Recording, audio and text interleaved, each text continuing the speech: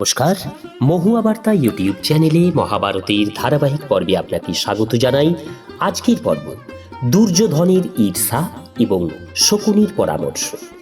চ্যানেলে যারা নতুন তাদের অনুরোধ জানাবো চ্যানেলটি সাবস্ক্রাইব করে মহাভারতের ধারাবাহিক পর্বগুলি শ্রবণ করুন।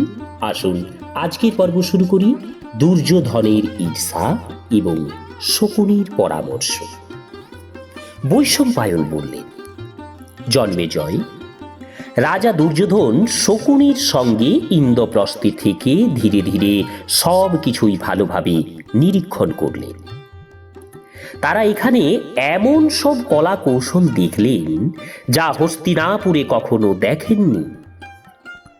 একদিন সভায় তারা বেড়াতে গিয়ে একটি স্ফটিকের প্রাঙ্গণে গিয়ে পৌঁছলেন এবং সেখানে জল আছে মনে করে কাপড় গুটিয়ে নামতে গেলেন। পরে নিজের ভুল বুঝতে পেরে লজ্জিত হয়ে আবার অন্যদিকে ঘুরতে লাগলেন। পরে তারা জলভূমিকে স্থল ভেবে তাতে পড়ে গেলেন এবং অনুতপ্ত ও লজ্জিত হলেন। ধর্মরাজের নির্দেশে সেবকরা তাদের উত্তম নতুন বস্ত্র এনে দিলেন। তাদের এই অবস্থা দেখে ভীম, অর্জুন, নকুল এবং সহদেব সকলেই হাসতে লাগলেন। অসহিষ্ণু চিত্ত দুর্যোধন তাদের এই হাসিতে কষ্ট পেলেন, কিন্তু মনোভাব লুকিয়ে মাথা নিচু করে বসে রইলেন। তারপরে স্ফটিকের দেওয়ালকে দরজা ভেবে তা দিয়ে ঢুকতে গেলে এত জোরে ধাক্কা খেলেন যে তার মাথা ঘুরে গেল। এক জায়গায় বড় দরজা ধাক্কা দিয়ে খুলতে গেলেন, অন্যদিকে গিয়ে পড়লেন। একবার ঠিক দরজায় গিয়েও সেটিকে দেওয়াল মনে করে ফিরে এলেন। এইভাবে বারবার ঠকে যাওয়ায় এবং যজ্ঞের অভূতপূর্ব ঐশ্বর্য দেখে দুর্যোধনের মনে অত্যন্ত ঈর্ষা এবং কষ্ট হল। তিনি যুধিষ্ঠিরের অনুমতি নিয়ে হস্তিনাপুরের দিকে রওনা হলেন। যাওয়ার সময় পাণ্ডবদের ঐশ্বর্য এবং সম্পত্তির চিন্তায় দুর্যোধনের মনে ভয়ঙ্কর সংকল্প জন্ম নিল। পাণ্ডবদের প্রসন্নতা, রাজাদের বশ্যতা শিকার, আবাল বৃদ্ধের তাদের প্রতি শ্রদ্ধা এবং সহানুভূতি দেখে দুর্যোধনের মনে এমন হিংসার উদয় হলো যে তার শরীরের কান্তি নষ্ট হয়ে গেল।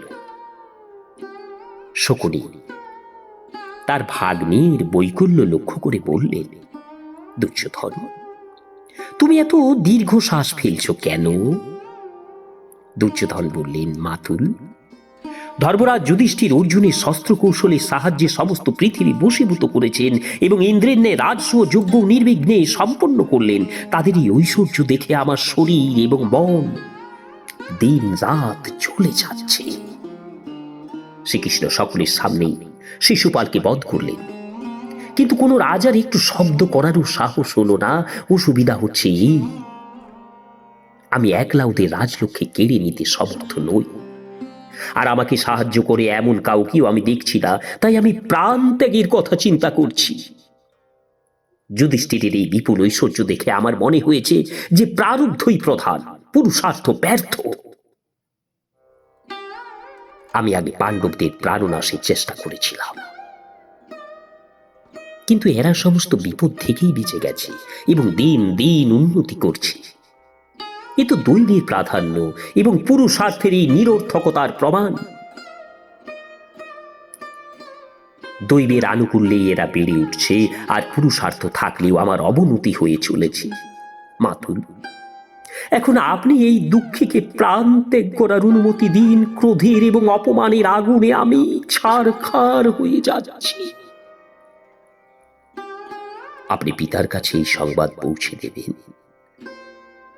শকুনি বললেন, দুর্যোধন, পাণ্ডবরা তাদের ভাগ্য অনুসারে প্রাপ্ত ঐশ্বর্য ভোগ করছে, তাতে ঈর্ষা করা উচিত নয়। তোমার এই কথা ভাবাও ঠিক নয়।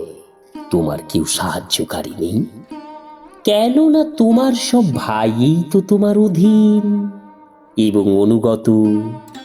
মহাধনুর্ধর দ্রোণ, তার পুত্র অশ্বত্থামা, সুতপুত্র কর্ণ, মহাবলী কৃপাচার্য, রাজা সোমদত্ত এবং তার ভাই সকলেই তোমার পক্ষে।